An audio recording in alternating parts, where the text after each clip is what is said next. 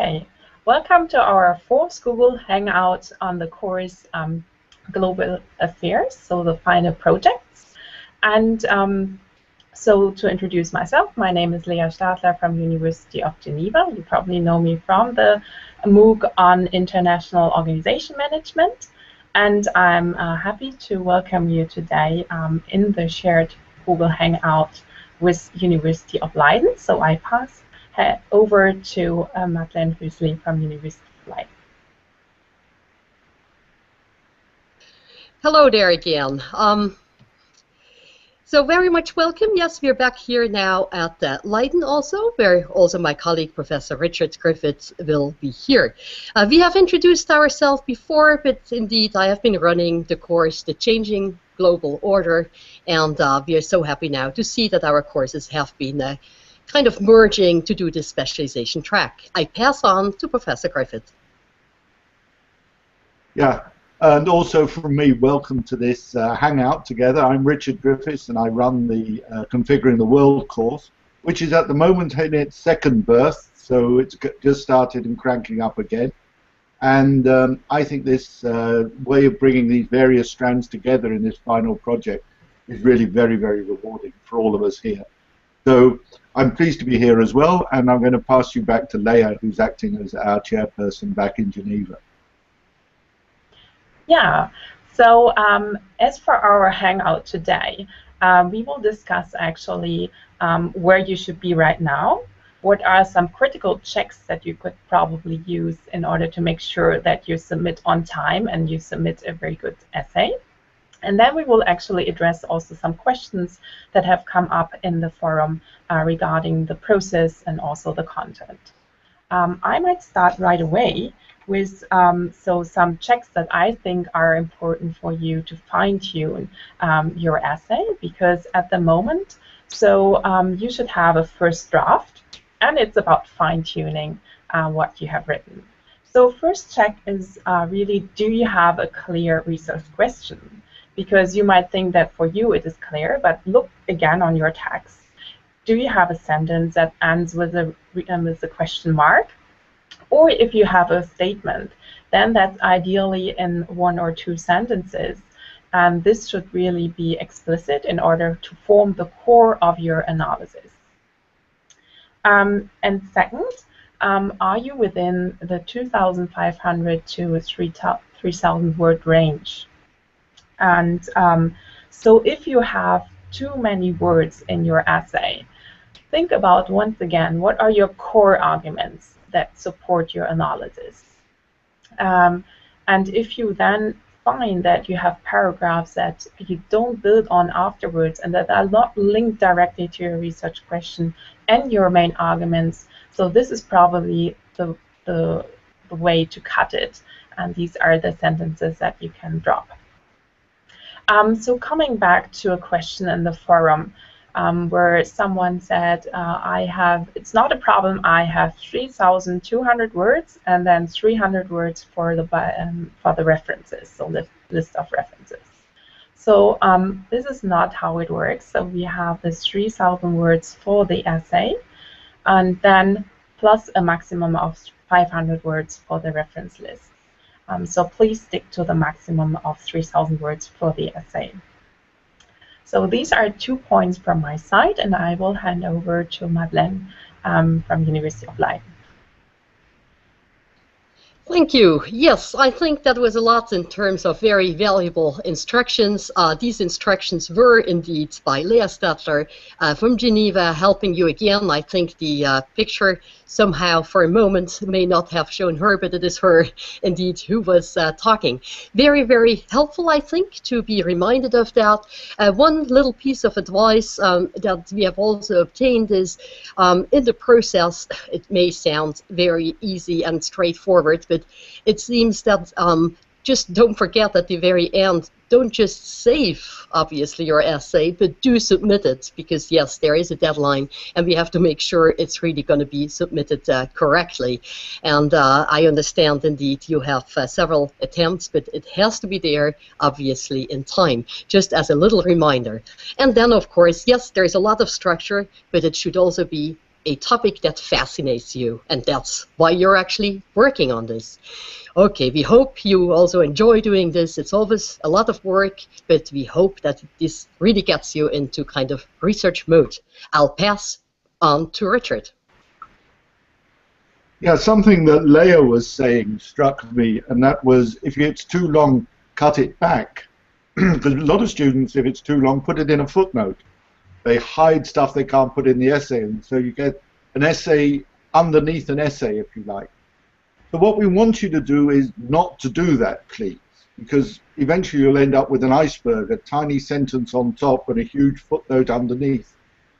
The footnotes should only be used, if you want to use them, for referencing the sources.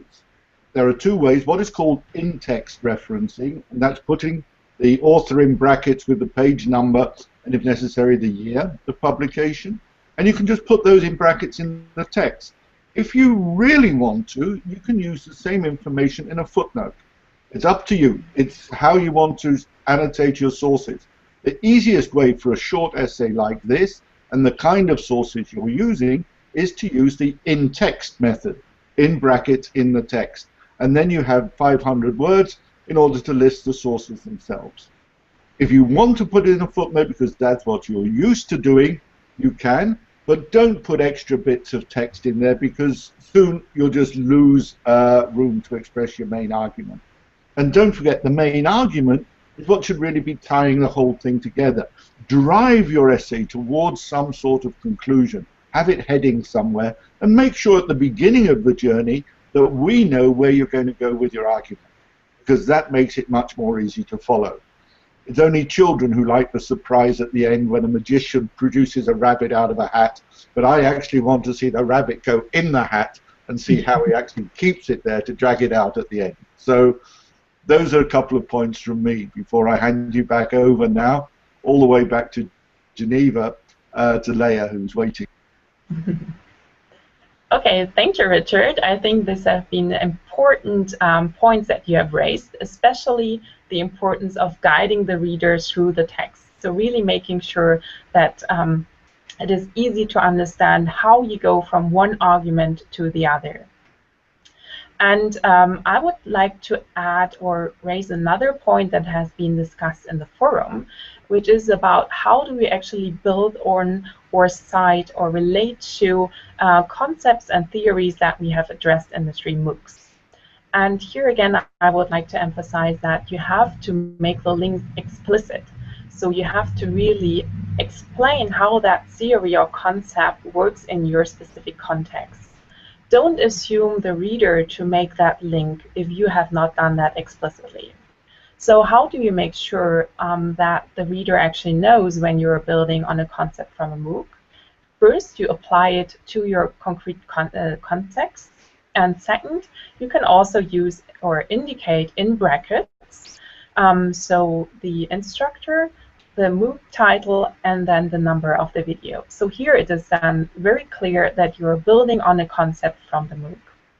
So I think this also is the question that came up in the forum where you were kind of hesitating. How will the evaluator know that now I'm relating to a MOOC? Yes, so he will know by you making it very explicit. So this is one point from my side. And with that, I will hand over to Madeleine Huxley from University of Leiden. Yes, thank you again. I think this is extremely helpful advice.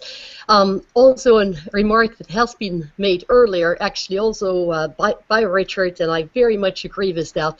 Make sure that you don't come up with the actual research question at the end of the essay.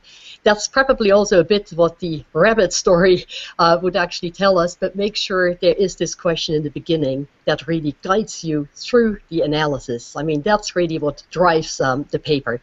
And indeed, make sure everything is consistent and don't come up with the big world ideas at the very end of the essay, but just kind of make sure you carry through your thoughts consistently. Like Leah says, it also has to be easy for the reader to follow. Not necessarily totally easy reading, but to understand the flow of arguments.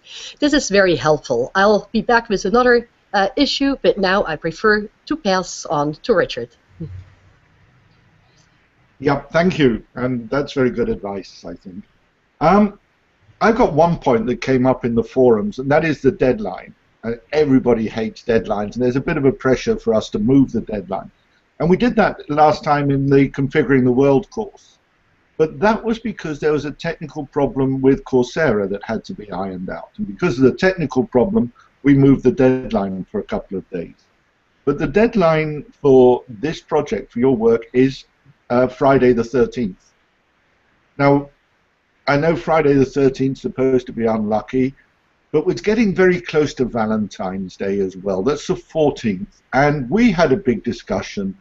And I can see you having a romantic evening with your partner, and the table is laid. There are roses, a special meal, the music in the background, a nice glass of wine for a romantic evening for two, and you are stuck behind your computer writing your project. So we're not going to do that for you. We're going to save your relationships, and so the deadline is 1 o'clock on Friday the 13th. So that's, I hope, appreciated from us, and we wish you, by the way, a very, very happy Valentine with your partner. And with that, back to Leah.